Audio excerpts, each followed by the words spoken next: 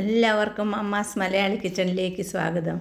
ഇന്ന് തേങ്ങ അരച്ച തിലോപ്പിയ കറി വെക്കാം. അതിനായിട്ട് ആദ്യം ഞാൻ പുളി ഉരുക്കിയെടുക്കുകയാണ്. ഒരു 4 ചുള പുളി ഞാൻ ഒരു പാത്രത്തിലേക്ക് ഇട്ട് അതിലേക്ക് ഒരു 1.5 ഗ്ലാസ് വെള്ളം, അധികം വേണ്ട, ഒരു 1.5 ഗ്ലാസ് വെള്ളം ഒഴിച്ച് അടുപ്പ് വെച്ച് നന്നായിട്ടും തിളപ്പിച്ചെടുക്കുക. തിളച്ച് കഴിഞ്ഞു കണ്ടോ. ആ ചവയിലോട്ട് തന്നെ മീൻ കറി വെക്കാനായിട്ട് ചട്ടി വെച്ചു. ചട്ടി ചൂടായി വന്നു കഴിയുമ്പോൾ ഒരു 1.5 ടേബിൾ സ്പൂണ് വെളിച്ചെണ്ണ ഒഴിക്കുന്നു.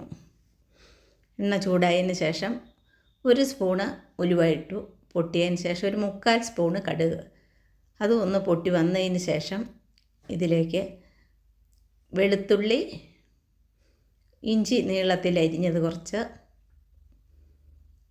ഒരു 3 പച്ചമുളക്, ഇതെല്ലാം കൂടി ഇട്ട് ഒന്ന് വഴറ്റാം. വഴന്ന് വന്നു കഴിഞ്ഞു. ഇനി ഇതിലേക്ക് ഒരു 1.5 ടേബിൾ സ്പൂണ് മല്ലിപ്പൊടിയാണ് ഇട്ട് കൊടുക്കുന്നത്.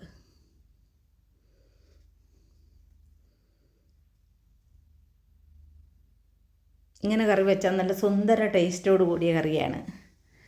1 ടേബിൾ സ്പൂണ് മുളക് പൊടി ഇട്ട് കൊടുക്കുന്നു. എരിവുള്ള പൊടിയായതുകൊണ്ട് ഞാൻ 1 ടേബിൾ സ്പൂണാണ് ഇട്ട് കൊടുക്കുന്നത്. 1/4 സ്പൂണ് മഞ്ഞൾപ്പൊടിയും കൂടി ഇട്ട് ഒന്ന് ഇളക്കി അതിൻ്റെ പച്ചമണം മാറുന്നവരെ ഒന്ന് ഇളക്കാം. ആയി വന്നിട്ടുണ്ട് കണ്ടോ. ഇനി ഇതിലേക്ക് 1 തക്കാളി അരച്ചതാണ് ഒഴിച്ചു കൊടുക്കുന്നത്. തക്കാളി ഒഴിച്ച് ആ തക്കാളി ഒന്ന് വെന്ത് അതിൻ്റെ വെള്ളം വറ്റി വരണം. വെള്ളം വറ്റി നന്നായിട്ട് വന്നു കഴിഞ്ഞപ്പം പുളിവെള്ളം നമുക്ക് ഒഴിച്ചു കൊടുക്കാം. ആവശ്യത്തിന് പുളിവെള്ളം ഒഴിച്ചു കൊടുക്കാം. എന്നാൽ നമ്മുടെ കറിക്ക് പുളി അധികം ആകുകയും ചെയ്യരുത്. ആ കണക്കിന് വേണം ഒഴിച്ചു കൊടുക്കാൻ. ഇനി മിച്ചം കുറച്ച് പുളിവെള്ളം വന്നാൽ നമ്മളത് ഫ്രിഡ്ജിലെടുത്ത് സൂക്ഷിച്ച് വെച്ചാൽ മതി. അടുത്ത മീൻ കറി വെക്കുമ്പോൾ നമുക്കത് ഉപയോഗിക്കുകയും ചെയ്യും.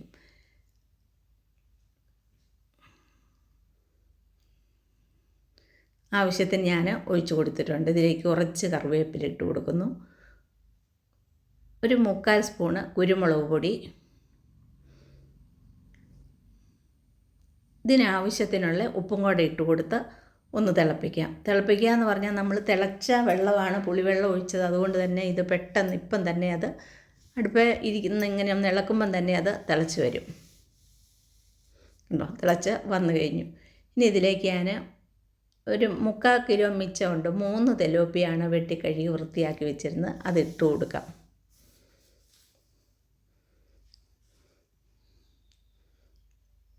ഒന്നെല്ലാം കൂടി ഒന്ന് യോജിപ്പിച്ച് ഒരു 10 മിനിറ്റ് ഒന്ന് മൂടി വെച്ച് വേവിക്കാം. ആ സമയം കൊണ്ട് നമുക്കിതിന് തേങ്ങ അരച്ച കറിയല്ലേ, തേങ്ങ റെഡിയാക്കാം. ഒരു അരമുറി തേങ്ങയും ഒരു ചെറിയ കഷ്ണം ഇഞ്ചിയും ഒരു 2-3 അല്ലി വെളുത്തുള്ളിയും കൂടെ നന്നായിട്ട് ഞാൻ നല്ല പേസ്റ്റ് പോലെ തന്നെ അരച്ചെടുത്തു. നമ്മുടെ മീൻ ഈ സമയത്ത് വെന്ത് വന്നിട്ടുണ്ട് കണ്ടോ. എണ്ണയൊക്കെ അതിൻ്റെ മേളിൽ തെളിഞ്ഞ് തന്നെ നിൽക്കുന്നു. ഇനി ആ തേങ്ങ അരച്ചത് ഒഴിച്ചു കൊടുക്കാം. ഇനി പ്രത്യേകിച്ച് വെള്ളമൊന്നും ഇനി ഒഴിക്കണ്ട. ഈ തേങ്ങ അരച്ചത് മാത്രം മതി. അപ്പം നല്ല കൊഴുത്ത ചാറോട് കൂടിയ നല്ല സുന്ദരമായ മീൻ കറി ആയിരിക്കും ഇത്. നമുക്ക് ചോറിൻ്റെ കൂടെയോ പുഴുക്കിൻ്റെ കൂടെയോ ചപ്പാത്തിയുടെ കൂടെയൊക്കെ കൂട്ടാൻ കൊള്ളുന്ന സുന്ദരമായ കറി ഇവിടെ റെഡി ആയിട്ടുണ്ട്. ഇപ്പം നമുക്ക് ഉപ്പും പുളിയൊക്കെ ഉണ്ടോ എന്ന് നോക്കി പാകത്തിന് അതൊക്കെ ചേർത്ത് കൊടുക്കുകയും ചെയ്യാം. ഒരു 2 മിനിറ്റ് ഞാനൊന്ന് മൂടി വെച്ച് തേങ്ങ ഒന്ന് വെന്ത് വരുന്നതിനായിട്ട്.